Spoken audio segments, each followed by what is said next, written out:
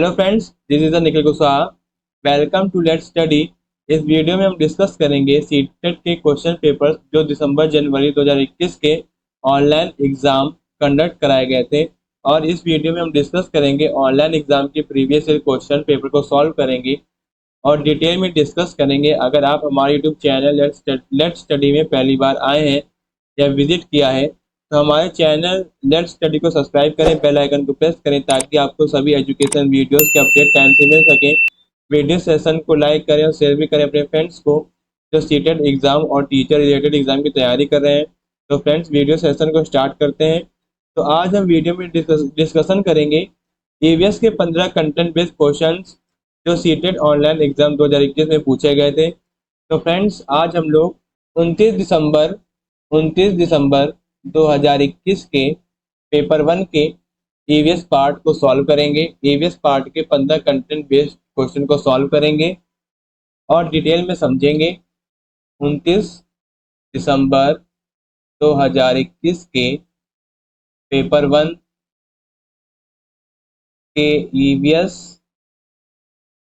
के 15 content based questions को solve करेंगे और डिटेल में समझेंगे। चलिए वीडियो को स्टार्ट करते हैं। तो फ्रेंड्स, ये है हमारा एनवायरमेंटल स्टडीज का पार्ट। तो ईवीएस का पहला कंटेंट बेस्ड का पहला क्वेश्चन है। In class 5 while discussing the chapter whose forest the teacher narrated through anecdote of Surimani who started a center named Torang to deal with। आपके option दिए गए हैं और आपको क्वेश्चन के अकॉर्डिंग बताना है कि कौन सा ऑप्शन आपका करेक्ट हो जाएगा, सही हो जाएगा। देखिए, कक्षा 5 में पाठ किसके जंगल पर चर्चा करने के लिए अध्यापिका ने सूर्यमणि ने के सच्चे किस्से को सुनाया जिसमें उसने एक केंद्र तोरण की स्थापना की जो कि देखता था। तो आपके ऑप्शंस दिए गए हैं जमीन और जीविका की समस्याएं, तो बिल्कुल सही हो जाएगा। भूख की समस्या बिल्कुल गलत। वनों की समस्याएं बिल्कुल गलत। कुनों की संस्कृति की समस्याएं, तो ए और डी आपका सही है। ए सही है और डी सही है। ठीक, तो ए और डी किसमें सही है? आपका थर्ड ऑप्शन में। तो क्वेश्चन नंबर 61 का आपका आंसर हो जाएगा option number third, A and D. देखिए, जो सूर्यमणि ने कठिन परिश्रम किया और छात्रवृत्ति मिलने के बाद बीए पास की। सूर्यमणि एक चमकता सितारा है। गर्ल्स स्टार एक ऐसी परियोजना है जो उन सामान्य लड़कियों की असाधारण दास्तां बताती कि जिन्होंने स्कूल जाकर अपने आप को बदल लिया या अपना जीवन बदल लिया। सूर्यमणि का बचपन से ही जंगल से प्यार है। हर रविवार सूर्यमणि बच्चे को जंगल में ले जाते हैं। जैसे वे घूमते हैं वह उन्हें दिखाते हैं कि पेड़ पौधे और जानवरों को कैसे पहचानना चाहिए। जंगल में बच्चे इस खास कक्षा को लुत्फ उठाते हैं। सूर्यमणि हमेशा कहते हैं जंगल पढ़ना सीखना उतना ही महत्वपूर्ण है जितना कि किताबें पढ़ना। वह कहती हैं कि हम वनवासी आदिवासी हैं, हमारा जीवन जंगलों से जुड़ा है, जंगल नहीं होंगे तो हम भी नहीं रहेंगे। चलिए फ्रेंड्स, अब आगे बढ़ते हैं। The spirit of team work is learn from which of the following. निम्नलिखित में से किससे सहयोग भावना से कार्य करने का अभिप्राय सीखा जा सकता है? आपके ऑप्शन है परिवार, खेल और परिवार, समाज और खेल और प्रतियोगिताएं आयोजित करना। तो 62 का आपका आंसर हो जाएगा ऑप्शन नंबर थर्ड, परिवार, समाज एवं खेल, ऑप्शन नंबर थर्ड। ठीक, देखिए, जो आपका सहयोगात्मक कार्य है यह एक ऐसी प्रक्रिया है जिसमें एक लक्ष्य को प्राप्त करने के लिए लोगों का एक समूह सहयोगात्मक रूप से कार्य करते हैं। यह किसी भी तरह के कार्य का एक अहम हिस्सा होता है। किसी भी परिस्थिति में टीम की साथियों को मिलकर काम करने की पूरी कोशिश करनी चाहिए। यहाँ एक टीम में प्रत्येक व्यक्ति अपनी इच्छा से बेहतर निर्णय लेने के लिए अपने विचार और उद्देश्य साझा करता है। एक सफल टीम उच्च सहयोगात्मक भावना का निर्माण करने के लिए बहुत ही महत्वपूर्ण है। ठीक, चलिए अब आगे बढ़ते हैं। क्वेश्चन नंबर 63 है आपका। विच of the following is not a social insect, यानी कि निम्नलिखित में से कौन सा सामाजिक कीट नहीं है? आपके ऑप्शन दिए गए हैं। ठीक, तो 63 का आपका आंसर हो जाएगा ऑप्शन नंबर थर्ड, भ्रंग यानी कि बीटल। ऑप्शन नंबर थर्ड आपका सही हो जाएगा।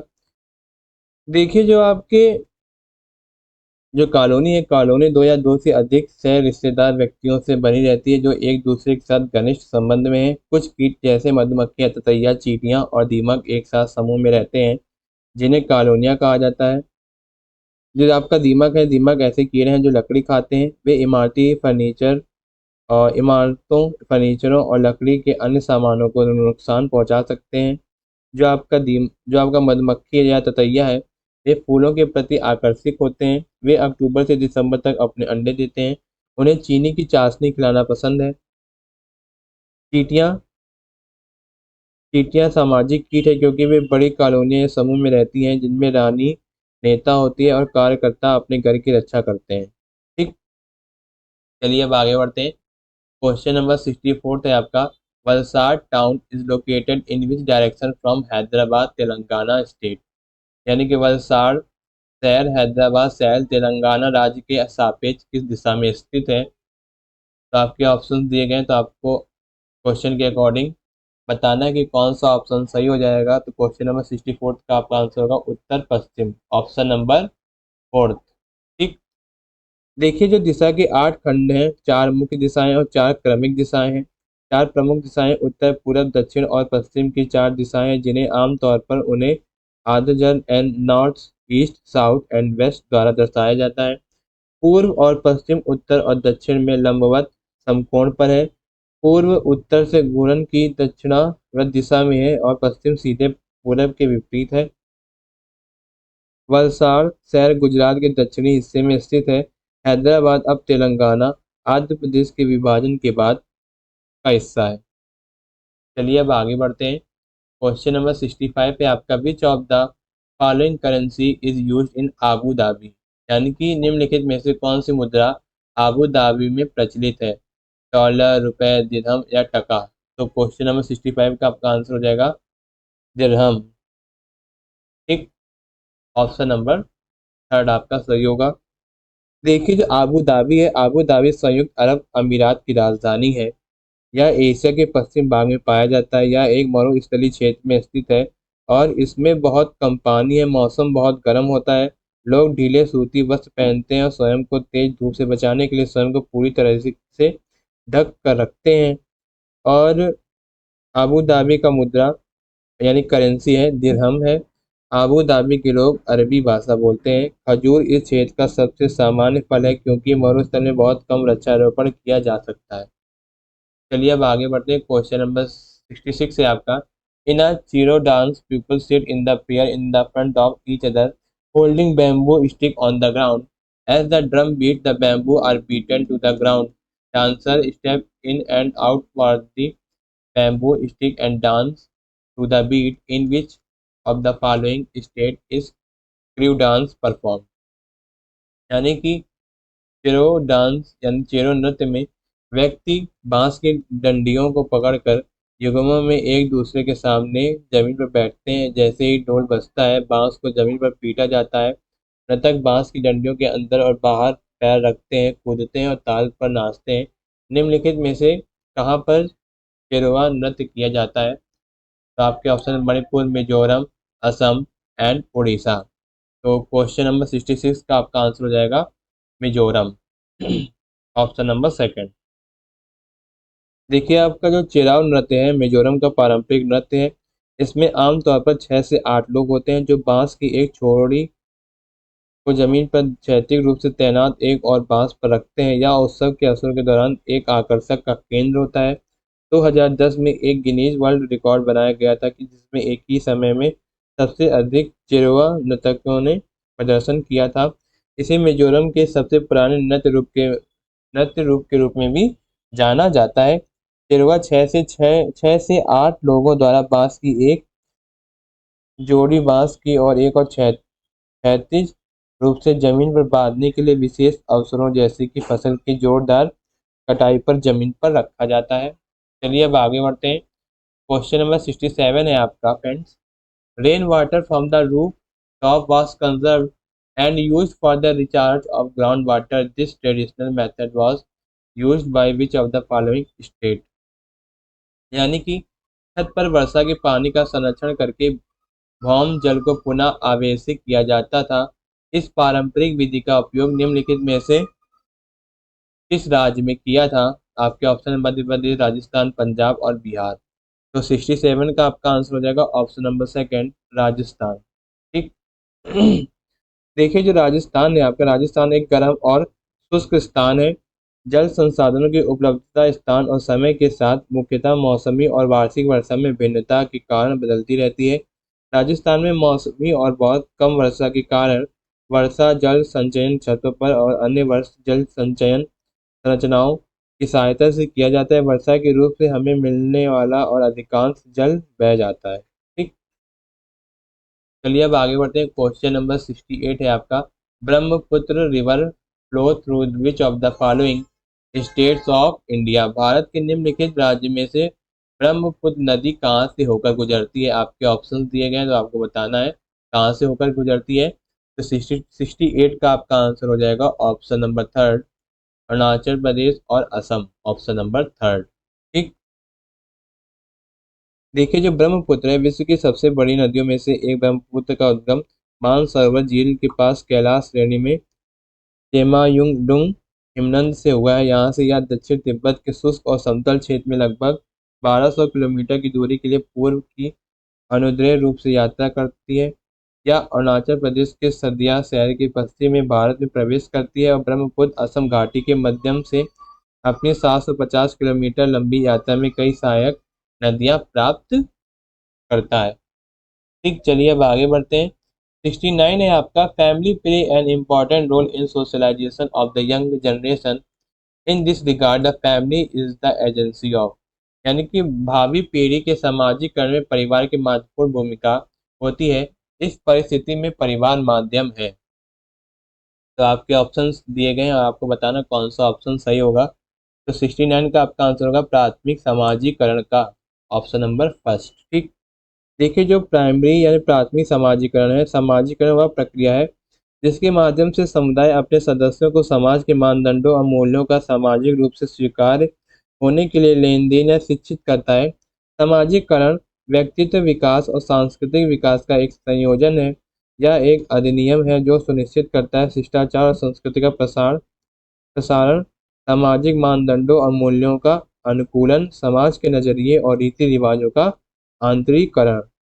सभी प्रकार के सामाजिकरण के दो व्यापक हैं, प्राथमिक सामाजिकरण और द्वितीयक सामाजिकरण में वर्गीकृत किया गया है। जो आपका जो परिवार है, परिवार किसमें आता है? प्राथमिक सामाजिकरण में आपका आता है परिवार। ठीक। चलिए अब आगे बढ़ते हैं। क्वेश्चन नंबर 70 है आपका, many movement have endorsed the need to save the environment who amongst the following played a crucial role in the चिपको आंदोलन of 1970s। वातावरण को बचाने की आवश्यकता के लिए कई आंदोलनों का समर्थन किया गया और आंदोलनों का समर्थन मिला। निम्नलिखित में से किसने 1970 के चिपको आंदोलन में निर्णायक भूमिका निभाई है? तो आपके ऑप्शंस हैं, तो आपको बताना है कौन सा आंसर सही होगा। सुंदरलाल बहुगुणा आपके चिपको मूवमेंट के निर्णायक भूमिका उन्होंने निभाई थी, ऑप्शन नंबर सेकंड। ठीक। देखिए जो चिपको आंदोलन है यह मुख्य रूप से वन संरक्षण आंदोलन है। इसकी शुरुआत वर्ष 1970 में वृक्षों की सुरक्षा के उद्देश्य से की गई थी। इसकी शुरुआत उत्तरी हिमालय खंड अर्थात उत्तराखंड में गढ़वाल के रैनी गांव से हुई थी। सुंदरलाल बहुगुणा गढ़वाली के एक प्रमुख पर्यावरणविद और चिपको आंदोलन के सदस्य हैं। चिपको आंदोलन हक द ट्रीज मूवमेंट लोगों के वनों से अलगाव को समाप्त करने के लिए जमीनी स्तर के प्रयास का परिणाम है। चलिए अब आगे बढ़ते हैं। ऑप्शन क्वेश्चन नंबर 71 है आपका, due to construction of large dam in the state of Maharashtra, Madhya Pradesh and Gujarat, the indigenous people were compelled to move out of their habitat. This kind of movement is called. आपके महाराष्ट्र, मध्य प्रदेश और गुजरात में बड़े बांधों के निर्माण के कारण स्थानीय व्यक्तियों को अपनी प्राकृतिक आवास को छोड़ना पड़ा। इस प्रकार की गतिविधि को क्या कहते हैं? आपके ऑप्शंस दिए गए हैं। 71 का आपका आंसर हो जाएगा विस्थापन। ऑप्शन नंबर 4 आपका सही हो जाएगा। देखिए जो आपका प्रवास है यानी विस्थापन है, जब लोग एक स्थान से दूसरे स्थान पर जाते हैं तो जिस स्थान से वे जाते हैं उसे उद्गम स्थान कहते हैं और जिस स्थान पर वे जाते हैं उसको हम कहते हैं गंतव्य स्थान कहा जाता है। प्रवासी स्थायी, अस्थायी या मौसमी हो सकता है, या ग्रामीण से ग्रामीण क्षेत्रों, ग्रामीण से शहरी और शहरी से शहरी क्षेत्रों और शहरी से ग्रामीण क्षेत्रों में हो सकता है। जो आपका विस्थापन है, मानव आबादी में विस्थापन का अर्थ है बड़ी संख्या के लोगों का स्थायी परिवर्तन, या गैर मानवीय गतिविधियों और मानवीय गतिविधियों दोनों के कारण हो सकता है। चलिए अब आगे बढ़ते हैं। क्वेश्चन नंबर 72 है आपका, we should not leave cooked food uncovered और refrigerated for long duration, which agents are responsible for spoilage of cooked food. यानी कि हमें पके हुए भोजन को खुला या बिना फ्रिज में रखे लंबी अवधि के लिए नहीं छोड़ना चाहिए। निम्नलिखित में से कौन सा कारक पके हुए भोजन को बेकार करने के लिए जिम्मेदार है? आपके ऑप्शंस हैं ये दिए गए हैं। तो क्वेश्चन नंबर 72 का आपका आंसर हो जाएगा ऑप्शन नंबर 4, जीवाणु यानी कि बैक्टीरिया। ठीक। बैक्टीरिया जो है यानी कि जीवाणु आपका क्या है? प्रोकैरियोटिक ऑर्गेनिज्म है। ठीक। और ये क्या है? ग्राम पॉजिटिव बैक्टीरिया है, जिसके कारण कौन कौन सी बीमारियां होती हैं? Tetanus, diarrhoea. ठीक। और ये क्या करते हैं कि हमारे हमारे फूड को क्या करते हैं? खराब कर देते हैं, जिसके कारण फूड पॉइजनिंग हो जाती है। ठीक। चलिए अब आगे बढ़ते हैं। The date of packaging is mentioned on every packet food item because. ठीक। प्रत्येक भोज्य पदार्थ के पैकेट पर उसे पैक बंद करने की तिथि दी जाती है, क्योंकि प्रत्येक भोज्य पदार्थ की अपनी निदानी सेल्फ आयु होती है। हाँ बिल्कुल सही। एक पर्टिकुलर डेट तक क्या होता है? भोज्य पदार्थ यानी कि आपका फूड आइटम निर्धारित होता है। एक फिक्स टाइम पर भोजन पदार्थ के प्रक्रमण और पैकिंग की अवधि में कई परिरक्षकों का उपयोग किया जाता है। बिल्कुल सही। कुछ निश्चित समय के पश्चात इसमें रोगाणु उत्पन्न हो सकते हैं जो उसको खराब कर देते हैं। बिल्कुल सही। हमें उन भोज्य पदार्थों का उपयोग भी नहीं करना चाहिए जिन पर लिखा हुआ है समय समाप्त हो चुका है। हाँ बिल्कुल सही है। तो कौन सा सही है? ए सही है आपका, बी सही है, सी सही है और डी सही है। तो किस ऑप्शन में ए, बी, सी और डी दोनों सही है? Option number first. ठीक। चलिए अब आगे बढ़ते हैं। In order to prevent the mosquitoes proliferation, many methods are suggested. Find out a method which does not check the breeding of mosquito among the following. मच्छरों के प्रजनन की रोकथाम के कई विधियां प्रस्तावित की जाती हैं। निम्नलिखित में से वह विधि ज्ञात कीजिए जो मच्छरों के प्रजनन को नहीं रोक सकती हैं। आपके ऑप्शंस दिए गए हैं तो आपको बताना है क्वेश्चन के अनुसार, प्रश्न के अनुसार कौन सा ऑप्शन सही हो जाएगा। तो क्वेश्चन नंबर 74 का आपका आंसर हो जाएगा ऑप्शन नंबर 3, मच्छरदानी का प्रयोग करें। Option number 3। ठीक। देखिए जो मच्छरों के प्रजनन की रोकथाम करने के लिए मच्छर एक संक्रामक रोग जनक है जो विभिन्न प्रकार की बीमारियां जैसे डेंगू, मलेरिया, चिकनगुनिया आदि को फैलाता है। कभी कभी मच्छरों को रोग वाहक कहा जाता है। वे खुद को रोग जनक से तेजी से संक्रमित करके दूसरों को संक्रमित करते हैं और ऐसा करने के लिए उन्हें पहले एक बीमार मेजबान को काटना पड़ता है। इसलिए इस बीमारी को फैलने से रोकने के लिए मच्छरों के प्रजनन को नियंत्रित करना बहुत ही जरूरी है। ठीक। और मच्छरों के प्रजनन की रोकथाम के लिए कई विधियां प्रस्तावित की जाती हैं और कौन सी है? मच्छरदानी का प्रयोग करके। और अब हम इसका स्प्रे भी यूज कर सकते हैं, मॉस्किटो स्प्रे। ठीक। चलिए अब आगे बढ़ते हैं। क्वेश्चन नंबर 75 है आपका, लास्ट क्वेश्चन है प्रीवियस का 15 कंटेंट बेस्ड क्वेश्चन का लास्ट क्वेश्चन है। Doctor advise diarrhoea patient to drink plenty of boiled and cold water having a pinch of water and sugar because. यानी कि दस्त के रोगियों को चिकित्सक परामर्श देते हुए अधिक मात्रा में उबाल कर ठंडा किया हुआ पानी जिसमें चुटकी भर नमक और थोड़ी सी चीनी मिला हो पिए, क्योंकि केवल चीनी वाला पानी आंत तक नहीं सूख सकती। बिल्कुल। चीनी और पानी वाला मिश्रण सरलता से सूख सुखा जा सकता है, बिल्कुल सही। उबालने पर पानी जीवाणु रहित हो जाता है, बिल्कुल सही। तो ए सही है आपका, बी सही है और सी सही है। ऑप्शन नंबर फर्स्ट आपका सही हो जाएगा। फ्रेंड्स, जो आपके मौखिक पुनर्जननीकरण चिकित्सा है, यानी कि जो मुंह से पुनर्जननीकरण मौखिक पुनर्जननीकरण चिकित्सा में नमक ग्लूकोज आधारित नमक समाधान का एक समाधान है। विश्व स्वास्थ्य संगठन WHO और संयुक्त राष्ट्र अंतर्राष्ट्रीय बाल आपात निधि यूनिसेफ ने हैजा सहित किसी के कारण दस्त से पीड़ित सभी उम्र के लोगों में निर्जलीकरण के इलाज या रोकथाम के लिए एक एकल ग्लूकोज आधारित ORS फॉर्मुलेशन का प्रस्ताव रखा है। अन्य तरल पदार्थों के विपरीत ORS में रसायनों का अनुपात उस अनुपात में होता है कि जिसके शरीर को दस्त से उभरने के लिए आवश्यकता होती है। चीनी और नमक के मिश्रण को आसानी से अवशोषित किया जा सकता है। जब पानी के साथ चीनी और नमक का सेवन किया जाता है तो आंत तरल पदार्थ को अधिक कुशलता से अवशोषित किया जा सकता है। तो फाइनली फ्रेंड्स, हमारे EVS के 15 content based questions successfully complete होते हैं। आई होप आपको वीडियो पसंद आया होगा, डिस्कशन पूरा पसंद आया होगा। इस क्वेश्चन पेपर को हमने बहुत ही डिटेल में डिस्कस किया है और यह पेपर बहुत ही इंपॉर्टेंट है। जो लोग टीचिंग एग्जाम से रिलेटेड एग्ज़ाम की तैयारी कर रहे हैं, जिसमें EVS यानी कि इन्वायरमेंटल स्टडी सब्जेक्ट पूछा जाता है।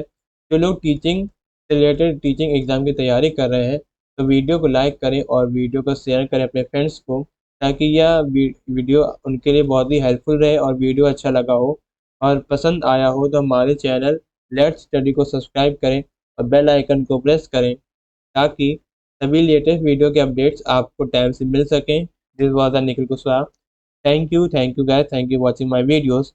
मिलते हैं अगले वीडियो में, जिसमें हम लोग डिस्कशन करेंगे सीटेट एग्जाम के नेक्स्ट क्वेश्चन पेपर को सॉल्व करेंगे और डिटेल में समझेंगे। All the very very best for the CTET July 2023 exam. मिलते हैं अगले वीडियो में। थैंक यू, धन्यवाद।